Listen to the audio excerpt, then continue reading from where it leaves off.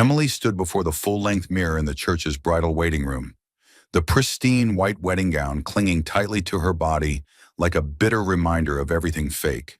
The silk was smooth, but it felt heavy, suffocating like a disguise that didn't belong to her.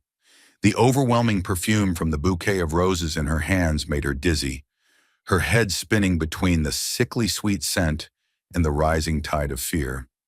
Her reflection looked like a lifeless porcelain doll, thick makeup, overly rosy cheeks, blazing red lipstick, not Emily Peterson, the girl who once dreamed of sketching by the bay, but a perfect version sculpted to meet everyone else's expectations. "This is the best thing for our family, sweetheart," her mother Laura fussed behind her, adjusting the veil with a trembling voice full of both hope and anxiety.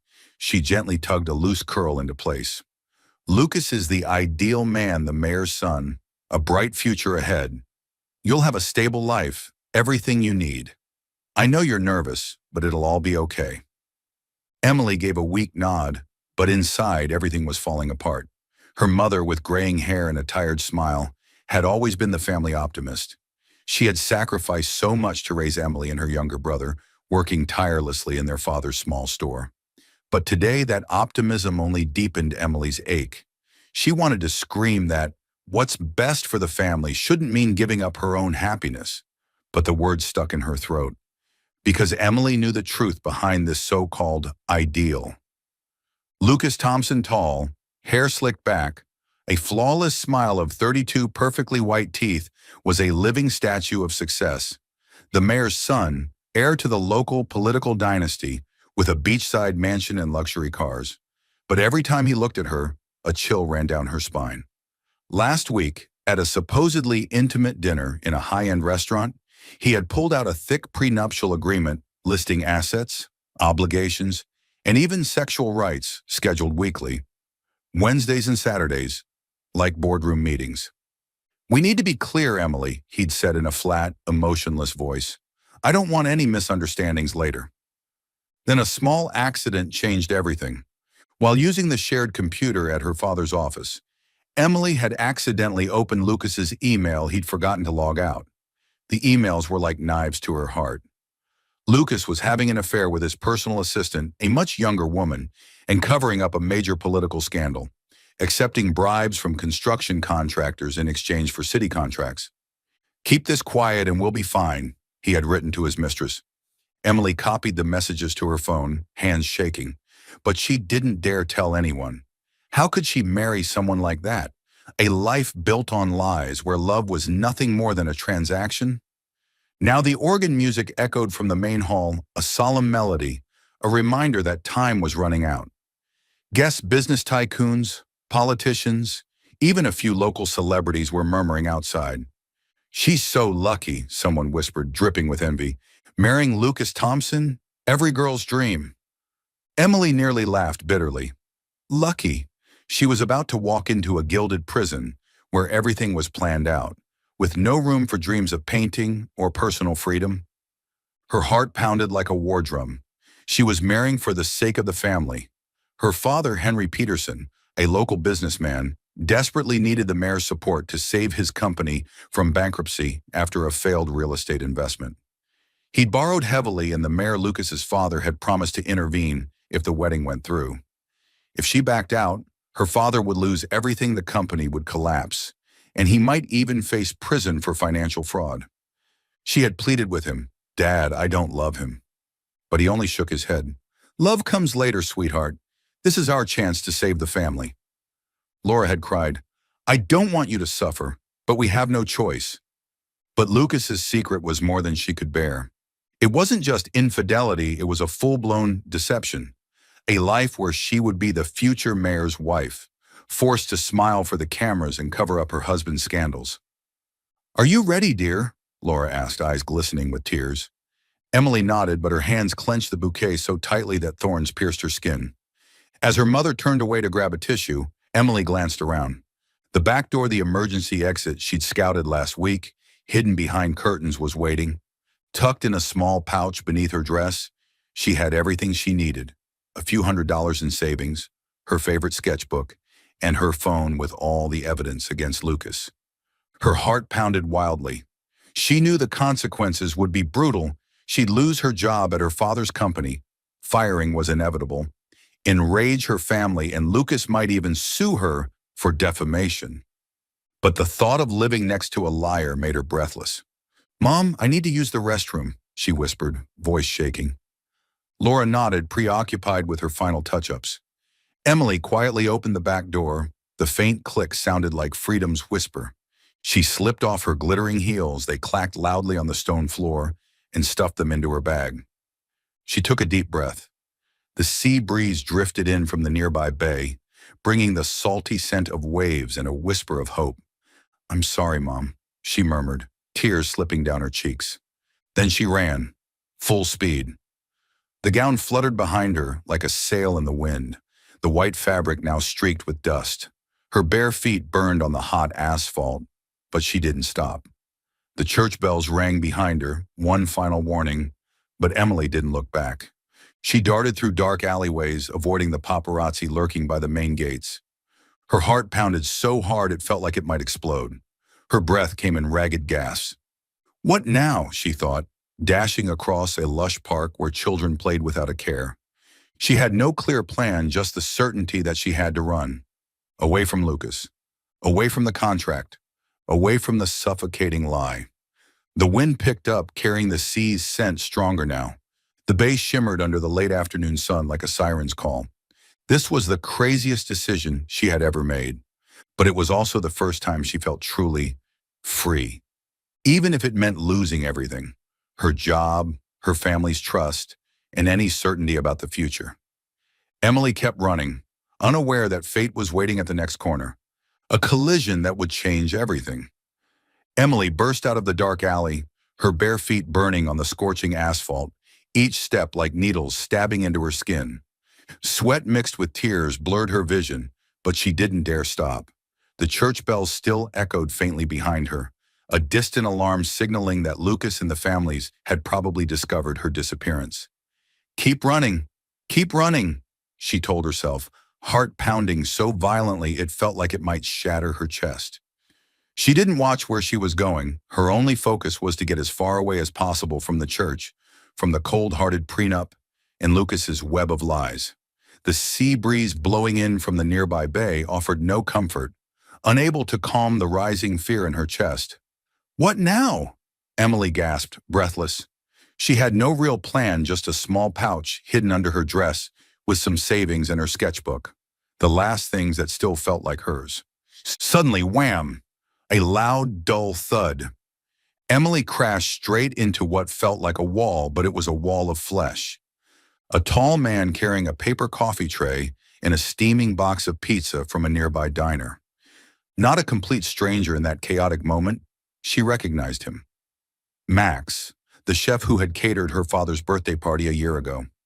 She vaguely remembered his handsome face, the half smile, and the amazing seafood salad he had made. They both went flying. The pizza box exploded, gooey slices flinging through the air and sticking to Emily's pristine white dress like greasy yellow battle scars. Coffee splashed everywhere, soaking into the silk and spreading like a dark mud puddle on the pavement. The sharp bitterness of burnt coffee mixed with the melted cheese under the harsh afternoon sun created an awful stench. Emily lay flat on her back, her dress spread around her like a giant umbrella.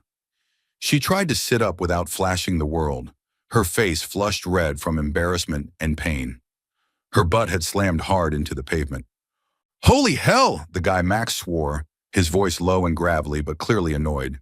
He scrambled upright and brushed pizza crumbs off his hands, revealing a scruffy 3-day beard, sparkling blue eyes that gleamed like the bay in the sunlight. He wore a faded t-shirt and worn jeans, looking more like a drifter than someone who used to cook for high-end events. "Are you a zombie or something? Or filming a horror movie? That wedding dress, did you just rob a bank in that thing?" Emily blinked, trying to catch her breath, but the words slipped out before she could think. I'm sorry. I just ran away from my wedding." Her voice trembled, a mix of embarrassment and strange relief. At least she had said it out loud. Max's eyes widened as he looked her over, filthy gown, bloody feet, tangled hair. Then he burst out laughing, the sound echoing through the quiet alley. Wow, this is straight out of a romantic comedy. Runaway bride crashes into random guy, lives happily ever after. Except, in movies, they don't dump coffee on each other. Wait a sec. You're Emily Peterson? I catered your family's party. Your dad's birthday, right? The seafood salad. You loved it? Emily nodded, face growing even redder. But inside, a strange wave of relief welled up. A familiar face, not some random stranger. And that crooked grin, while slightly obnoxious, made her feel not alone. Yes, that's me. Sorry about all this. She gestured at the mess on the ground and tried to stand, wincing from the pain in her foot. Max offered his hand warm and steady, nothing like his scruffy exterior. Suddenly, a distant police siren rang out, followed by muffled shouting, "Find the missing bride!" Emily froze, her face going pale. Lucas must have sounded the alarm. With his connections, the police would search every corner of the city. They're looking for me," she whispered, panicked. Max glanced toward the sound, then back at her, letting out a long sigh. "Listen, runaway bride, I'm not a creep. I'm Max Harlan, unemployed chef, part-time boat owner. I live on a fishing boat over at the dock. If you need a place to hide for a bit, follow me. I've done some running myself. I know what it's like to flee hell." Emily hesitated, eyeing him. That smirk and sarcastic tone were kind of annoying, but those blue eyes were honest. He wasn't a stranger, he'd worked for her family, and the idea of hiding on a boat felt way safer than wandering the streets alone. The sirens were getting closer. She had to decide. "All right," she said, her voice more confident than she expected. "But if you're lying to me, I'll call the cops myself." Max let out a laugh. "Don't worry, I'm not the kidnapping type. Come on before you become tonight's breaking news." They hurried toward the docks. Emily limped along, her filthy dress flapping in the wind. The marina buzzed with fishermen and yachts, the air thick with the scent of fresh fish and salty sea. Max's boat, an old cozy-looking fishing vessel with peeling paint that read Sea Escape, bobbed gently on the glittering water. "Welcome to my palace," Max said as he opened the small cabin door. Inside was cluttered with cooking tools and the scent of aged wood. "No champagne, but I've got cold beer. Sit down, you look like you're about to pass out." Emily sank onto the worn-out sofa, her body completely drained. She began to talk about Lucas, the mechanical prenup, the affair meant to hide a bribery scandal. "He's not even human," she muttered, voice thick with emotion. "He's an emotional robot." Max listened, nodding occasionally, then broke in with a grin. "Sounds like he is a robot. I bet he schedules kisses too Monday. Peck on the cheek, Wednesday, lip lock." For the first time all day, Emily laughed. The sound was soft, but it filled the quiet cabin with warmth. The laugh made Max pause and glance at her, but he quickly covered the moment by pouring her a beer. She kept talking, her voice growing quieter as exhaustion took over. Her mind spun with the fallout. Her dad would lose everything, her mom would cry, Lucas might sue. But here on this boat with the sea breeze and gentle waves, she felt safe. For now. Her eyes grew heavy. She drifted off on the old couch, still clutching her small pouch tightly. Max watched her sleep and sighed. A runaway bride. Life really is a romantic comedy. He gently draped a thin blanket over her, then stepped out onto the deck, staring out at the sunset melting into the bay. Tomorrow would be a new journey for both of them. You're watching Soul Stories, where every story whispers of love, healing, and hope. Let us know which city you're watching from. Morning sunlight streamed through the small cabin window, shining directly into Emily's eyes like a rude wake-up call. She blinked, trying to gather her senses through the lingering fog of sleep. First, she registered her tangled hair damp with sweat and crusted with road dust. Then came the wave of panic. She was lying on a narrow bed inside the boat's cabin, not the sofa, as she vaguely remembered. Warm sunlight spilled over her skin. The breeze from the nearby bay carried the briny scent of salt water and fresh fish. But what made her heart thump wildly was the fact that Max was snoring softly beside her, his arm draped around her waist like they'd spent the night together. Emily froze, brain stalling as it scrambled to process. She was still wearing the filthy wedding dress from yesterday, now crusted with cheese and dried coffee. "Oh my God!" she shrieked, her voice shrill and echoing over the calm water. She shoved his arm away and bolted upright, her face flushing bright red. Max jerked awake, rolling off the bed and sitting up in a daze, hair wild and eyes still blurry with sleep. He blinked a few times, looked at her with a half-panic, half-amused expression, and said in his warm, groggy voice, "Please tell me I didn't accidentally marry you in my sleep." Emily turned even redder, yanking the dress up to cover herself, heart racing. You, what is this? Why am I here?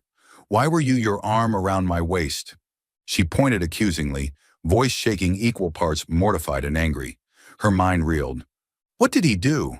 Why was she in the bed? And why did his arm feel kind of nice? Max burst out laughing, the sound booming over the gentle lapping of the waves. He stretched, his t-shirt riding up slightly to reveal lean, toned muscles. "Relax, runaway bride. You were sleeping on the sofa last night, but sometime in the middle of the night, you rolled off and climbed into bed, then you grabbed onto me like a koala. I tried to push you off, but you were out cold. Maybe you were dreaming about running a marathon." He winked, his tone teasing but not unkind. "Don't worry, I'm a gentleman. I let you hug me, and that's it." Emily wanted to dive into the sea and disappear. You didn't do anything to me?" she asked in a tiny voice, her cheeks burning. She faintly remembered last night talking about Lucas, laughing at Max's dumb joke, then crashing from exhaustion. But hugging him? Dear God, she hadn't shared a bed with anyone since her childhood teddy bear. Max shrugged, rising to his feet casually like this was just another Tuesday.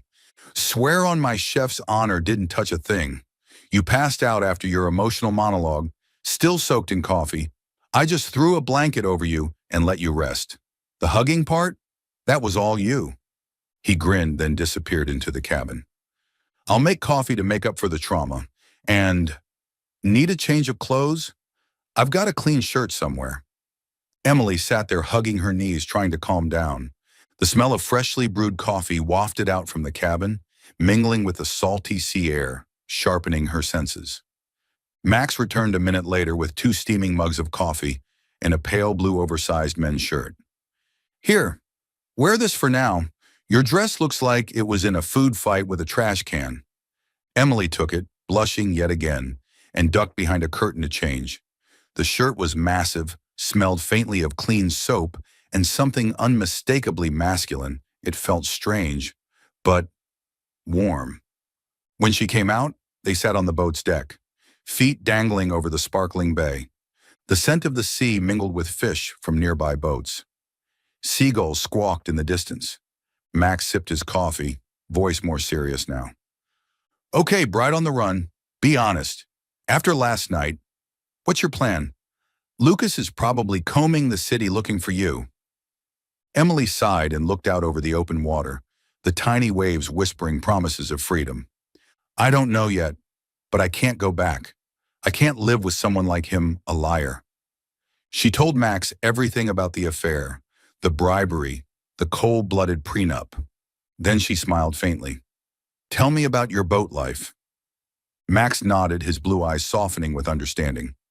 "I used to be a big-shot chef in the city, had my own seafood place, fancy clients, even press coverage. But my business partner turned out to be a crook. He emptied the accounts and left me with the debt. I lost everything. Sold what I had, paid off what I could, bought this boat. Now it's just fishing, cooking, and staying out of trouble." He chuckled dryly. "Sounds kind of like your story. Trust the wrong person, lose everything, end up hiding on a boat." Emily looked at him, surprised by how closely their paths mirrored each other. "So you don't regret it? Living alone out here?" Max shrugged. "Of course I do. Sometimes. But it taught me something. Freedom is worth more than money. You reminded me of that. Sometimes one good crash is all it takes to change your whole life."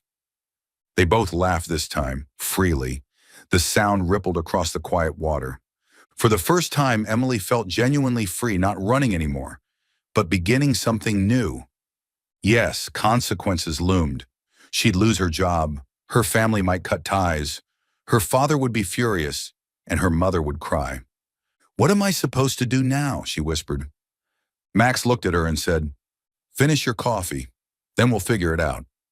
Surrounded by sea air and caffeine, Emily smiled a real, heartfelt smile. Even if the future was a mess, this moment felt like a beginning. Emily sat on the deck of the boat, a still warm cup of coffee in her hands, but her mind was far from the glittering bay bathed in morning sunlight. The soft lap of waves against the hull painted a picture of calm, but she knew it was only temporary. After last night, the fateful collision, the unraveling of the Lucas story, and that strange night of sleep in a stranger's bed, she had felt truly free for the first time.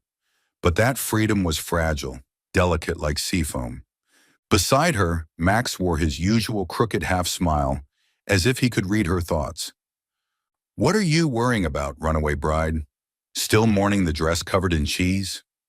She shook her head, trying to smile. "No, it's just, I know they're looking for me. Lucas isn't the type to let go easily." Max shrugged, stood up, and turned on the boat's old, crackly radio. "Let's see what the news says. Maybe they think you got abducted by aliens." The static buzzed, and then a serious voice cut through the silence. "Breaking news from the coastal city. Emily Peterson, daughter of local businessman Henry Peterson, has disappeared from her wedding to Lucas Thompson, son of the mayor. The city is abuzz, and police forces have been mobilized for a search." Mrs. Laura Peterson, the bride's mother, appeared on local television in tears, pleading, "Emily, come home, sweetie. I'm so worried. This is the biggest mistake of your life." The mayor has declined to comment, but his son Lucas made a public statement. "I forgive Emily. She's overwhelmed by pressure, but she must take responsibility for her family and the community. We'll bring her back safely." Authorities are investigating possible abduction or evasion and reviewing security footage around the church. Emily flinched, nearly dropping her cup. Her face turned pale, her heart pounding like a drum. "He's already hired investigators," she whispered, voice trembling. "Lucas isn't really forgiving. He'll use everything family reputation, political threats to drag me back. And my mom, she's crying on TV. Oh God, what have I done?" She clutched her head, tears slipping down her cheeks. The image of her mother sobbing on screen stabbed at her. Laura had always sacrificed for their family, and now Emily felt like a traitor. Max turned off the radio, his expression more serious than usual. He sat beside her, his warm hand gently resting on her shoulder, a surprisingly comforting gesture. "Take a breath. I know what it's like to be hunted down. When I went bankrupt, debt collectors came after me like wolves. But you're not alone anymore." He exhaled, looking out at the bay. "Let me help you get out of the city for a few days. I've got a delivery to make for an old restaurant contact down south. We'll take side roads, avoid cameras and cops." Emily looked up, eyes glassy. "Why are you helping me? We just met yesterday. Aren't you afraid of getting in trouble?" Max smirked, but his blue eyes glimmered with something real. "Because I've been where you are. My old partner didn't just steal from me, he ruined me. Left me drowning in debt. I had to disappear, start over. Seeing you now, it's like seeing my past self. Maybe this is my chance to pay fate back for that crazy collision." Emily was quiet for a moment. He was sarcastic and annoying, but behind the jokes was something steady, kind. "All right," she said, her voice firmer. "I'm in. But if we get caught, you have to say I kidnapped you."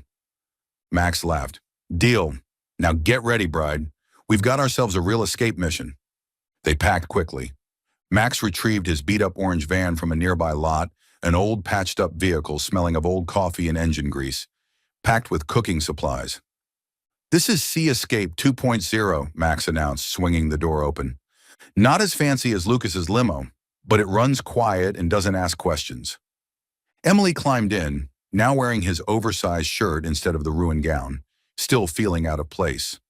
They mapped out a route along the coastside roads only, no highways or tolls, stopping in small towns for food and fuel. We'll pretend we're a traveling couple, Max joked. I'm the charming chef. You're the runaway bride. The van rumbled to life, sea breeze rushing in through the open windows. Emily watched the scenery roll by, winding coastal roads, lush green trees, the bay fading in the distance. For the first time, the runaway journey didn't feel so lonely. But then her phone buzzed. A text from her father. Emily, you've ruined everything. The company will go bankrupt without the mayor's backing. What were you thinking? Come back before Lucas sues you for defamation. I'm furious, but more than that, I'm worried. Emily read it, and her tears returned. Ruined everything. The company will go bankrupt. Her father's words were like knives. Reality hit hard, not just losing her job, but destroying her family's future. Her father's poor investments had led them into debt. This marriage was supposed to be the salvation. The mayor had promised support if the wedding happened. Now what? Her father could face prison for financial fraud. Her mother would collapse. I destroyed my family, she whispered, her voice cracking. Max glanced over and spoke softly. Hey, don't do that. You ran because it was the right thing to do. That guy is a liar, you saw it firsthand. Your family will understand once they know the truth. He pulled the van to the side of a quiet coastal forest, the scent of pine drifting through the air. Listen, if you want to turn around, I'll drive you back. But if you want to keep going, we'll figure this out together. We can leak the evidence on Lucas to the press anonymously something. Emily wiped her tears and looked at him. Number, I'm not going back. But, thank you. Max grinned. Don't thank me yet. If we get caught, I'm charging ransom. They both laughed just enough to break the tension. The van rolled back onto the road, their runaway journey with a stranger, now an unlikely ally, truly underway. Emily leaned against the window, the sea wind tossing her hair, wondering what the future would bring. But at least, she wasn't alone anymore. Max had just completed his delivery. The rusty orange van rumbled along a winding coastal road, its engine humming like the worn-out whisper of an old friend. Emily sat in the passenger seat, sea breeze pouring in through the open window, tangling her hair. They'd left the city hours ago, avoiding highways to steer clear of cameras and police. But this runaway road trip hadn't exactly been smooth sailing. Max drove with one hand, tapping rhythmically on the steering wheel to the fuzzy beat of the radio. He glanced at her with that signature half-smile. You know, bride, you're really pulling off this runaway look, trading the wedding gown for my shirt. Is that a new fashion trend? Emily smirked, but her heart felt heavy. Better than going back to Lucas in that dress. They stopped at several quirky little towns along the way, tiny forgotten places filled with creaky wooden houses and curious locals. Their first stop was a small fishing village where they refueled and grabbed some food. Emily scanned the area nervously, certain that the press had spread the news by now. I think I just saw my face on a wanted poster, she whispered, pointing at an old newspaper on the corner shop counter. Missing bride, reward offered for information. Max shrugged. Guess that means we just drive faster. But trouble found them in the next town, a peaceful place with a flea market and a retro coffee shop. They stopped to rest. Emily had to use the restroom desperately, thanks to that strong morning coffee. Rushing inside the cafe, she panicked at the murmuring crowd and the old woman clutching a newspaper with her face on the front page. In a rush to hide, Emily dashed into the nearest bathroom without checking the sign. Inside, an elderly man washing his hands turned sharply and shouted, "What are you doing in here? This is the men's room." Emily froze, blushing furiously. Sorry, I went in the wrong door. The man's eyes widened as he squinted at her face. You're that runaway bride from the news. Someone call the cops. Emily bolted out, nearly crashing into Max waiting outside. He doubled over laughing, holding his stomach. The runaway bride turned criminal caught invading enemy territory. The men's room scandalous. But the joke quickly turned real. The old man did call the local police, and within minutes, 2 officers arrived, eyeing them with suspicion. Who are you? One asked Max, his hand hovering near the cuffs. She matches the description of the missing bride. Max tried to explain. She left willingly. We're just road tripping. But the officer shook his head. Sounds like a kidnapping. The picture matches. Into the patrol car. Both of you. Max was handcuffed temporarily and pushed into the car while Emily panicked. No, I ran away from the wedding. He didn't kidnap me, he helped me. She kept her voice steady. The second officer checked their IDs and made a call to verify things. No formal arrest warrant, just a missing person alert from the city. If it's voluntary, sign this statement, the officer told her. But seriously, go home before this guy drags you into bigger trouble. After a tense half hour, they released Max, but not without a stern warning. Next time, try not to look like a kidnapper. Max dusted his hands and laughed as they walked away. Next time, you drive. I almost went to jail for being your getaway driver. They got back on the road, the van now filled with a strange mix of tension and humor.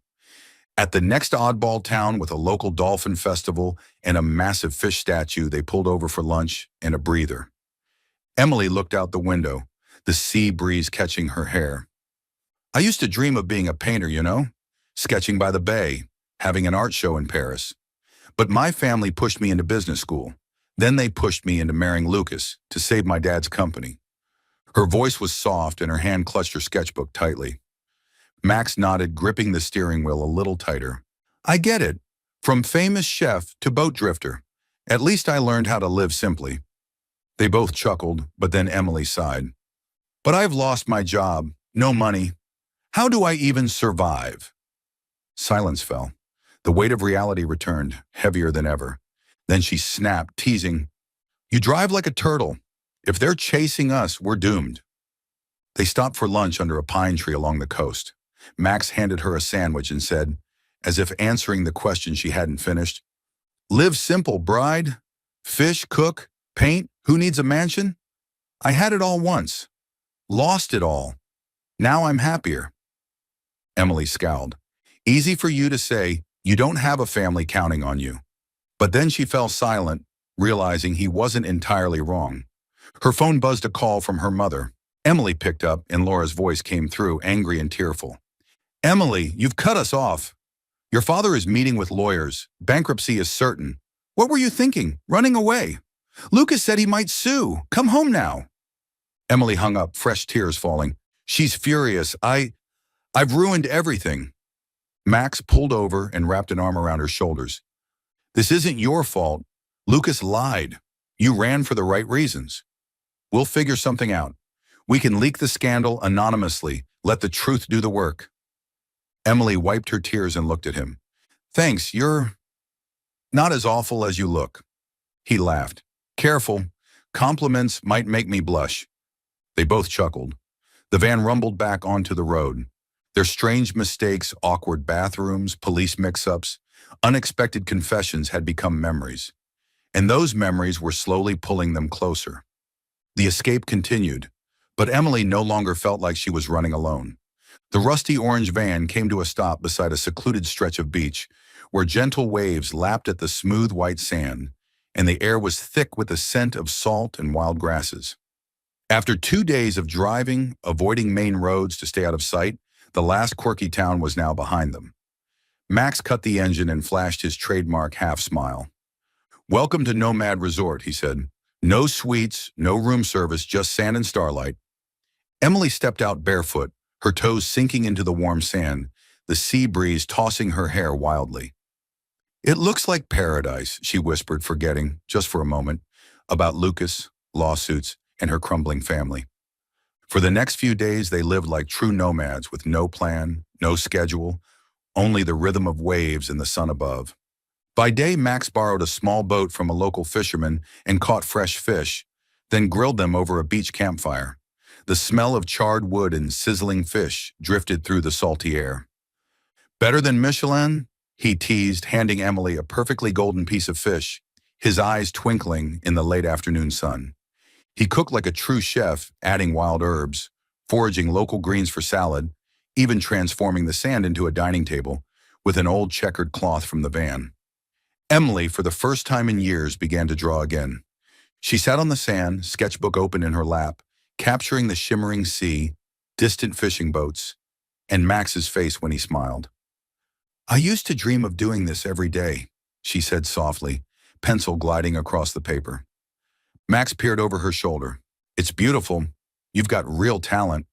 So why'd you give it up for business school? Emily gave a wistful smile. My family pushed me.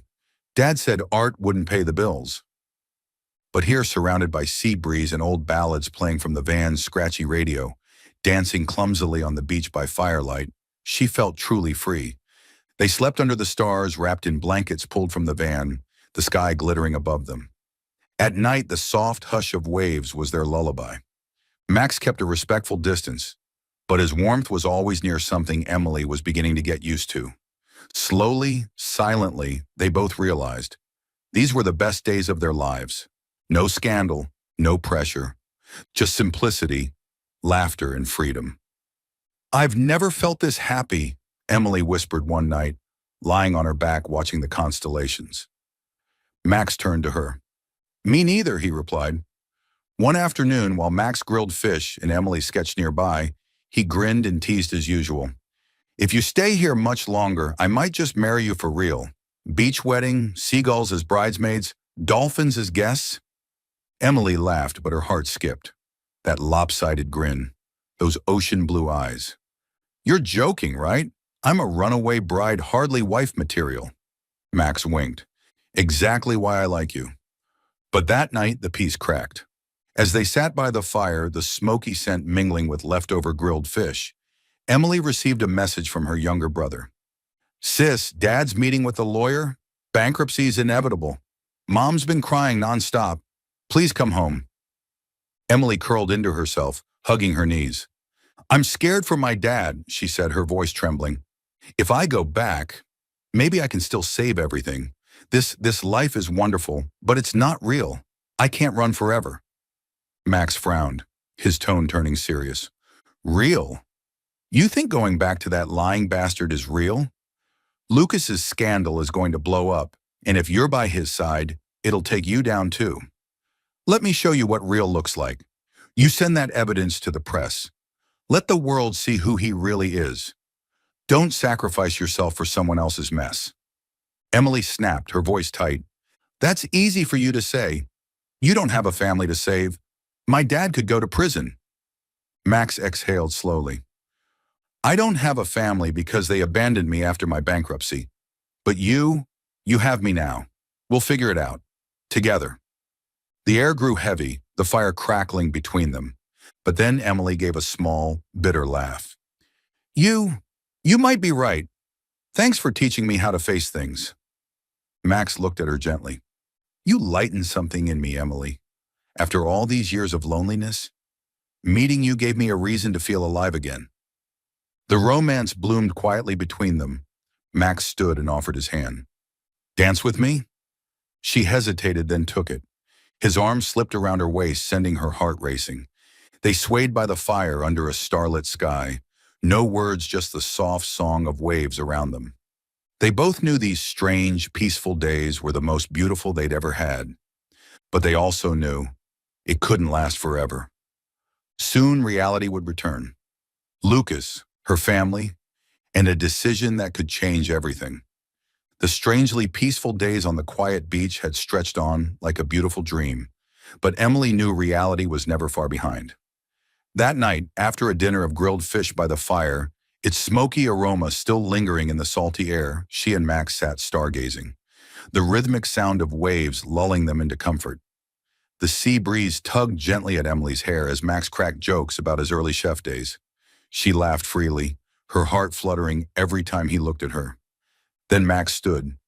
I'm going to call an old friend, check in about that delivery gig. You stay here. Emily nodded, but curiosity flared in her chest. Max usually made calls openly. Why sneak off now? She waited a few minutes, then quietly followed him, barefoot on the sand, heart pounding.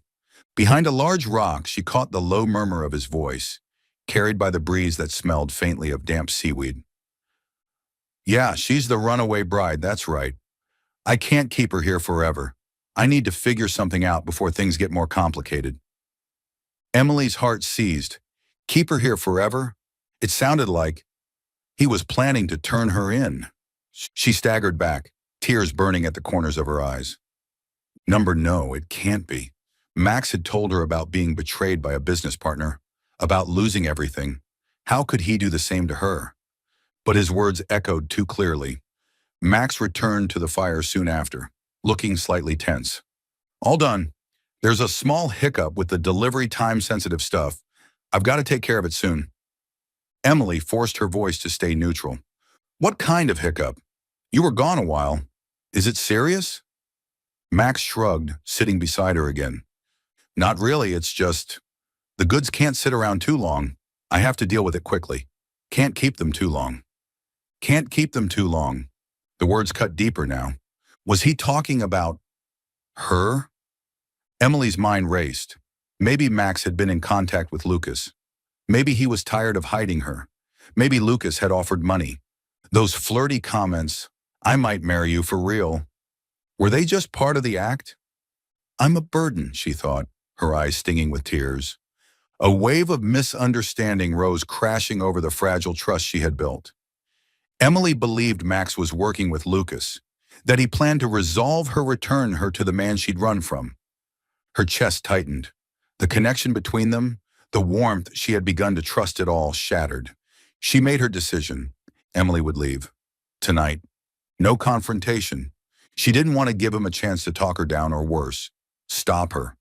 When Max had drifted to sleep, snoring softly beside the dying fire, the sound mixing with the rhythm of the tide, Emily quietly packed her small pouch, her sketchbook, the last of her savings. The smoke from the fire clung faintly to the night air. Stars sparkled like silent witnesses overhead. She tore a page from her sketchbook and wrote him a note. Max, thank you for everything these past few days. But I heard your phone call. You can't keep me here forever. I don't want to be a burden. Don't come looking for me. Emily, tears fell onto the paper as she folded it and pinned it under a small rock. Then she left. Barefoot on the cold sand, the wind howled past her ears like whispers of blame. She walked, then ran back toward the road. Eventually, she found a trucker willing to let her hitch a ride heading south anywhere far from here. Her heart felt shattered. The most beautiful days of her life had now become the most painful memories. Running again, she thought bitterly. But this time, it wasn't just from a wedding. This time, she was running from someone she had started to trust, maybe even love. And this time, she had never felt more alone. Still following the story? If this story found you outside of Soul Stories, we invite you home, to where every touching tale begins with truth, hope, and heart. The morning sun rose over the beach, casting a golden shimmer across the sand like scattered diamonds. But Max woke with a heaviness in his chest. The waves still whispered their soothing rhythm. The breeze still carried that familiar, salty scent. But Emily was gone. He sat up, hands searching the thin blanket where she usually curled beside him. Emily, he called out, his voice still husky from sleep. No answer. Max's heart began to race. He jumped to his feet, eyes scanning the quiet beach, her small pouch gone, her sketchbook missing. Then he saw it, a folded piece of paper tucked under a stone near the dying campfire. He picked it up, hands trembling slightly as he read. Max, thank you for the past few days, but I heard your phone call. You said you can't keep me forever. If you're planning to hand me over to Lucas, or if I've become a burden, don't come looking for me. Emily. Her handwriting was shaky, Max's face drained of color. He crumpled the note in his fist, then roared, Damn it! His voice echoed over the empty beach. But it wasn't anger at her for leaving, it was anger that she hadn't trusted him. How could she think that, he muttered. After everything? After all we shared? The phone call last night, the one she overheard, had been with his friend Jake, a lawyer. They were discussing how to help Emily take legal action against Lucas, challenge the prenup, expose the scandal, and win back her freedom. Handle it quickly wasn't about her. It was about the lawsuit, Max whispered, clenching his jaw. He scanned the sand, fresh footprints led toward the road. She couldn't have been gone long. He sprinted to the van, turned the key, and the engine rumbled to life with a groan. His knuckles whitened around the steering wheel. She didn't trust me, he muttered again, slamming a fist against the dashboard. All those days fishing, sketching, laughing at flea markets, did they mean nothing? Did she really believe he would betray her like that? The van roared down the coastal road, sea breeze whipping through the open window as Max sped up, chasing the trail she left behind. He called Jake. She's gone, Jake. Emily ran off. She must have overheard the call and thought I was turning her in. Jake sighed on the other end. Max, I told you to tell her everything, not try to surprise her with legal strategy. Max gritted his teeth, then hung up without a word. His fury simmered just beneath the surface fury, not at Emily, but at himself. He should have been clearer. She thought I was the enemy, he whispered and stepped harder on the gas. He thought it through. If she'd run, she'd hitchhike. The nearest train station heading south was a small outpost a few miles away. He turned off the main road, wheels skidding slightly on the gravel path toward the station. The old train depot came into view, rusted metal roof, a cracked bench, and the distant sound of an engine's horn. Max parked crookedly and jumped out, rushing into the crowd. The smell of diesel and toasted bread from a nearby vendor mixed with the morning haze. He scanned the station anxiously, desperately, and then he saw her. Sitting alone on a bench, her small pouch at her feet, staring numbly at the departure board. She was still wearing his oversized shirt, looking tiny in the midst of the crowd. Emily, he shouted, breathless as he pushed through the platform. She startled, stood up fast. Max, why are you here? Don't follow me. Her eyes were red, her voice cracked. I heard everything. You were helping Lucas, weren't you? I'm just a burden to you. Max reached her and grabbed her hands gently, his voice urgent and raw. Number Emily, no. You misunderstood. That call was to Jake, my lawyer friend. I was trying to help you. Lucas's prenup is a legal joke, and we've got enough dirt on him to flip the whole thing around. The deal I was talking about? It was about fighting back, not handing you over. She blinked, her hands trembling in his. But why didn't you just tell me? Max exhaled, then pulled her into his arms. I wanted to surprise you. I didn't want you to worry. But you were never a burden, Emily. Never. You're the only thing that's made me feel alive again. After I lost everything, I thought that was it, that no one would care again. Then you showed up, literally crashed into my life and brought it all back. Emily broke down, burying her face in his chest. I'm sorry, I was just scared. I've trusted the wrong people before. Max pressed a kiss to her forehead. Then trust me now. No more running. Let's face this together. She nodded slowly, the pounding in her chest finally calming. The station around them faded into the background, the sounds, the smells, the crowds. For a moment it was just them. The misunderstanding had shattered something, but not beyond repair. Emily looked up at him, eyes still wet but full of clarity. Let's go win, Max smiled. Damn right. The journey wasn't over. In fact, it was only just beginning. After clearing up the misunderstanding at the train station where Max had dramatically chased after Emily, like a scene from a low-budget action movie, complete with a rattling orange van instead of a sports car, they stood together amid the screech of train horns and the buttery smell of toasted bread wafting from a nearby food cart. Emily wiped her tears, voice steady but trembling. I have to go back. I can't run forever. I have to face my family and save my father from going bankrupt. Max nodded, squeezing her hand tighter, his palm warm with that familiar scent of sea salt and sand. Then we go together. I'll stand with you no matter what unless you want me in the wedding dress. Emily let out a tearful giggle. You'd look awful in tulle. They climbed back into the orange van, heading toward the city not as fugitives now, but as partners. Max cracked a smile as the sea breeze slipped through the open window. From runaway romance to homecoming showdown, classic rom-com reversal. But the humor couldn't quite hide the heaviness. Emily stared out at the winding road, chewing her lip. Lucas won't let this go. He has power. He'll turn me into some zombie bride tabloid tragedy. By midday, they pulled over for lunch at a small roadside cafe, wooden tables beneath shady trees, the air laced with fresh bread and coffee. Max ordered seafood sandwiches and crisp salads. Eat up, bride. You'll need strength to take on Mr. Emotionless Robot. Want me to order pizza for nostalgia's sake? Remind you of the impact moment? Emily gave a weak smile, taking a bite. The taste of fresh seafood brought back images of wind, waves, and sketching in the sand. Thank you, Max.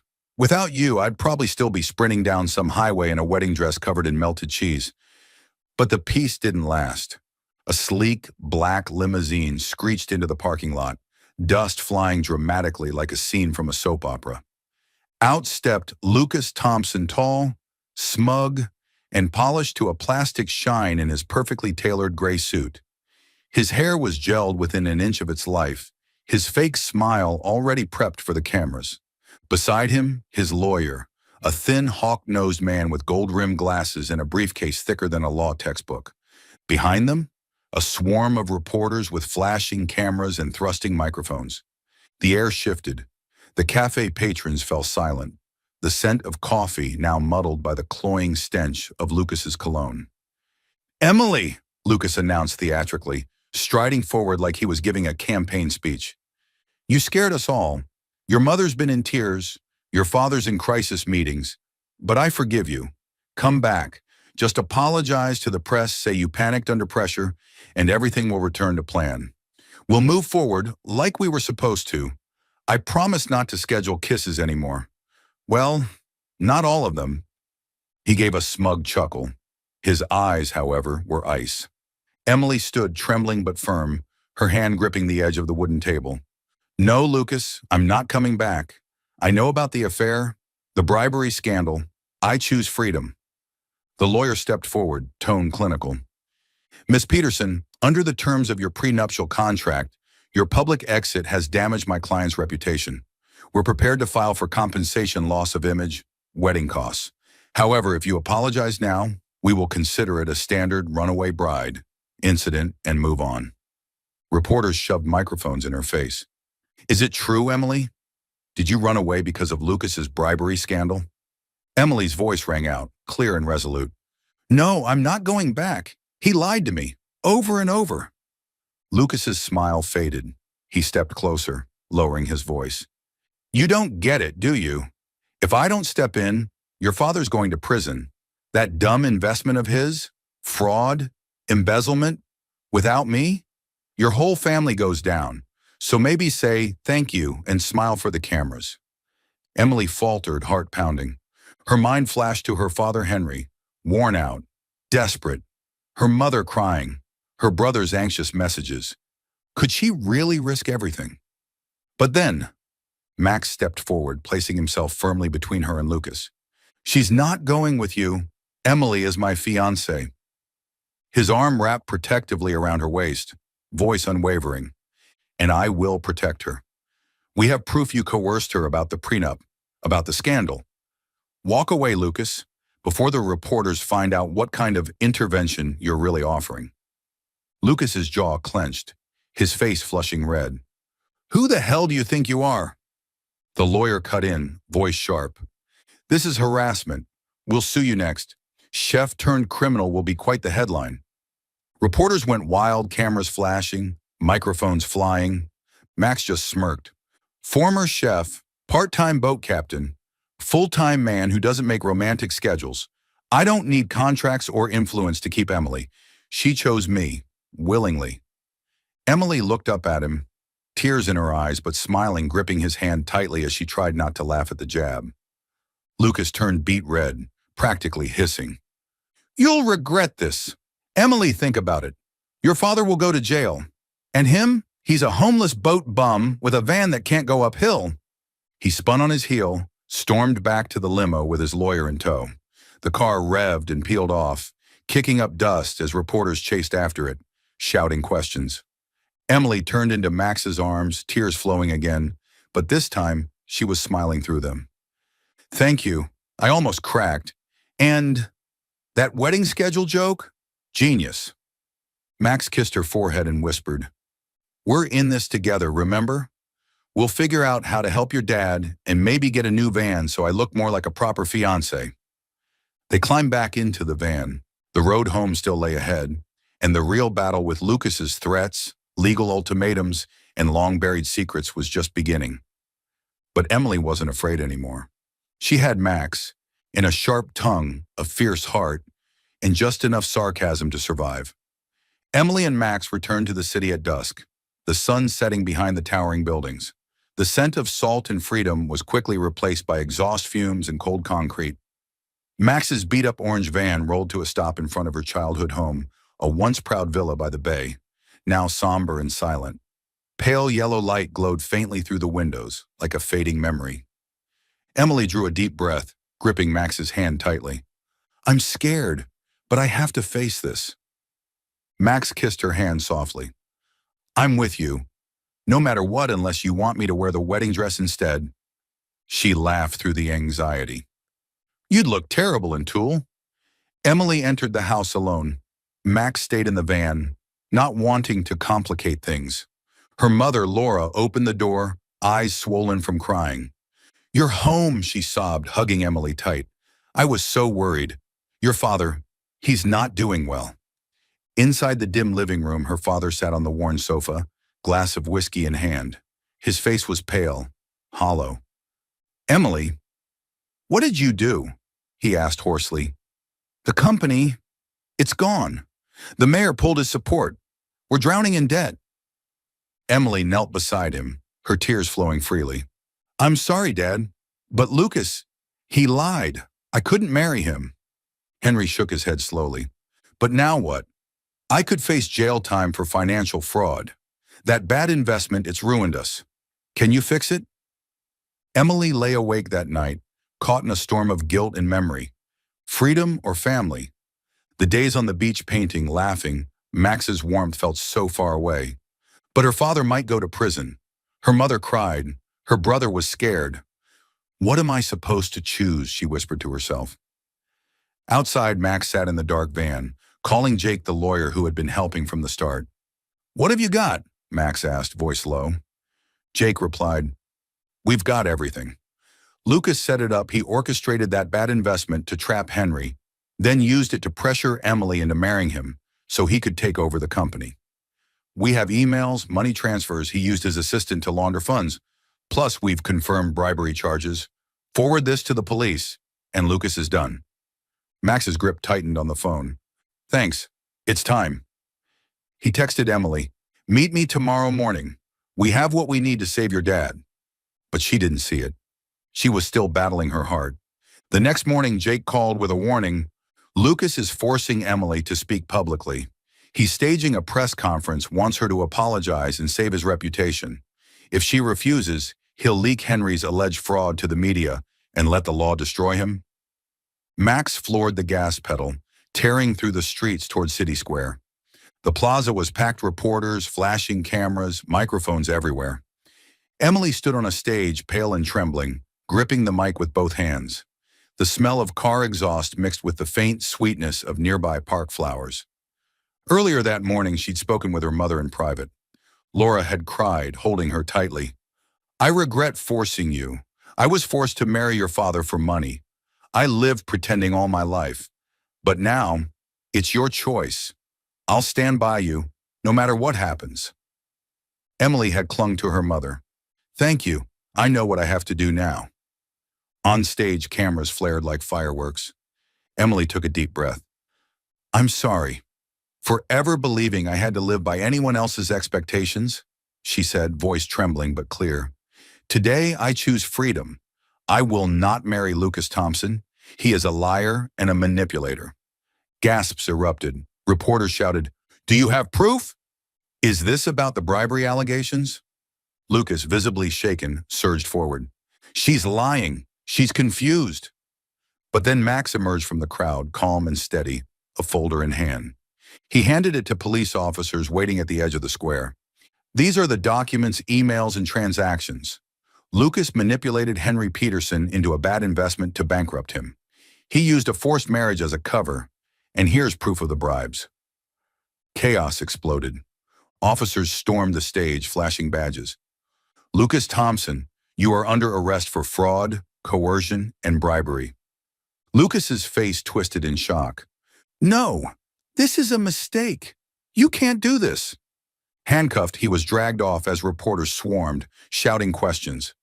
Emily stood frozen as tears streamed down her cheeks, relief washing over her in waves. Her father pushed through the crowd and hugged her tightly. I'm proud of you, he whispered. Max's evidence had cleared Henry of fraud. The investment was a trap. The truth had set them free. Emily turned to Max, eyes glowing. She ran into his arms and kissed him passionately, right there in front of the entire city. "Thank you. I choose you," she whispered. He smiled against her lips. "Then choose freedom with me. No contracts, just us." The crowd erupted in applause. Reporters cheered. Somewhere, a saxophonist started playing. Emily laughed through her tears as she leaned into Max's embrace. Amid flashing lights and floating flower scents, she had finally chosen. Not obligation, not fear, not appearances, but freedom and love, with the man who made her feel truly alive. A month had passed since Lucas was handcuffed in the bustling square, amid flashing cameras and applause like a low-budget action movie. His bribery and manipulation scandal had been fully exposed thanks to the evidence from Max and Jake. Lucas was imprisoned, Emily's father's company was saved, and even awarded compensation by the court. Mr. Henry now smiled more, Mrs. Laura stopped crying, and Emily's younger brother sent a text. "Sis, you're so cool!" Emily finally felt truly free, not running away, but truly living. She and Max returned to the Sea Escape, the boat where everything began with that fateful crash. During that time, they lived simply. Max cooked, Emily painted, and they joked about a wedding 2.0 this time without coercion. But Max had his own plan.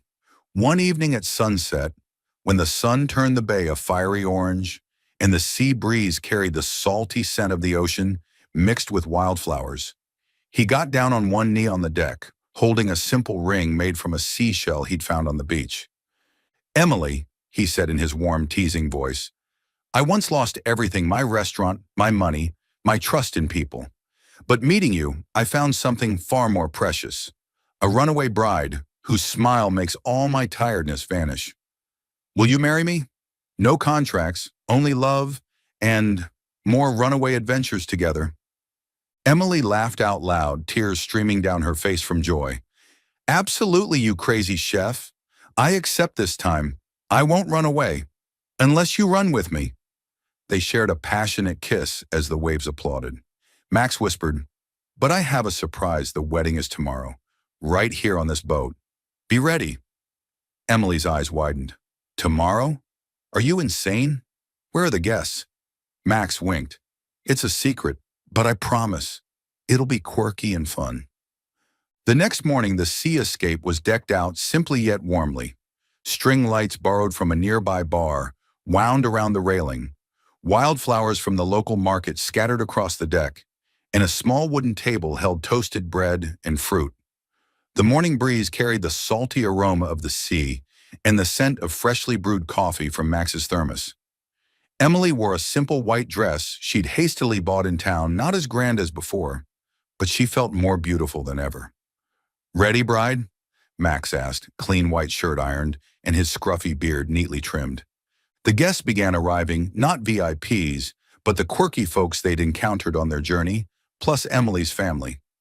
First her parents and younger brother, Mr. Henry, drove them, Mrs. Laura and their son all smiling brightly. "I'm proud of you, daughter," Mr. Henry said, hugging Emily emotionally. "After the Lucas scandal, the company is stable again. And Max, you're a good son-in-law." Mrs. Laura winked. "I've supported you from the start." "No one's forcing this time." Emily's 16-year-old brother beamed. "Sis, this boat wedding is so cool. I brought a gift, a drawing of you wearing that melted cheese wedding dress."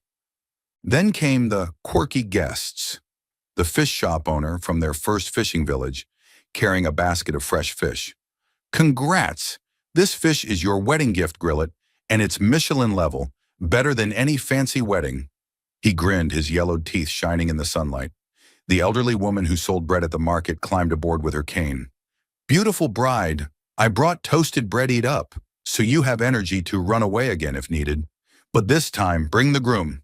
She winked. The smell of warm bread made everyone laugh. Finally, a scruffy stray dog, the one they'd fed on the beach, trotted aboard at Max's whistle. It wagged its tail and barked happily, as though offering its blessing. "Our VIP guest," Emily joked, petting its head. "He saw everything we've been through." The ceremony began. No priest, just Jake, Max's best friend, bearing witness and reading the simple vows Emily had written. The boat gently rocked on the water, the salty breeze rustling through wildflowers, creating a romantically humorous atmosphere.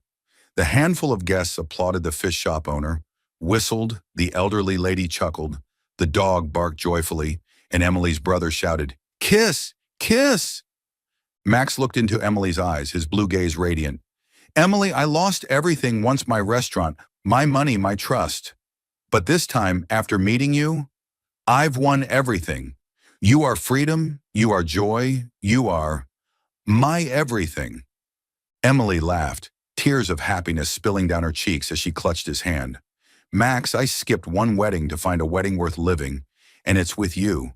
No contracts, no coercion, only love and more elopements together." They sealed their vows with a deep kiss, amidst gentle applause. The dog ran circles around them, wagging its tail. Mrs. Laura wiped tears. "How lovely," Mr. Henry smiled, declaring, "Congratulations, son-in-law. Now, let's eat grilled fish." The ceremony ended with a small celebration, toasted bread from the elderly baker, fresh fish from the shop owner, and cold beer from Max. Emily's brother teased, "Sis, next time you run away, remember to take me with you."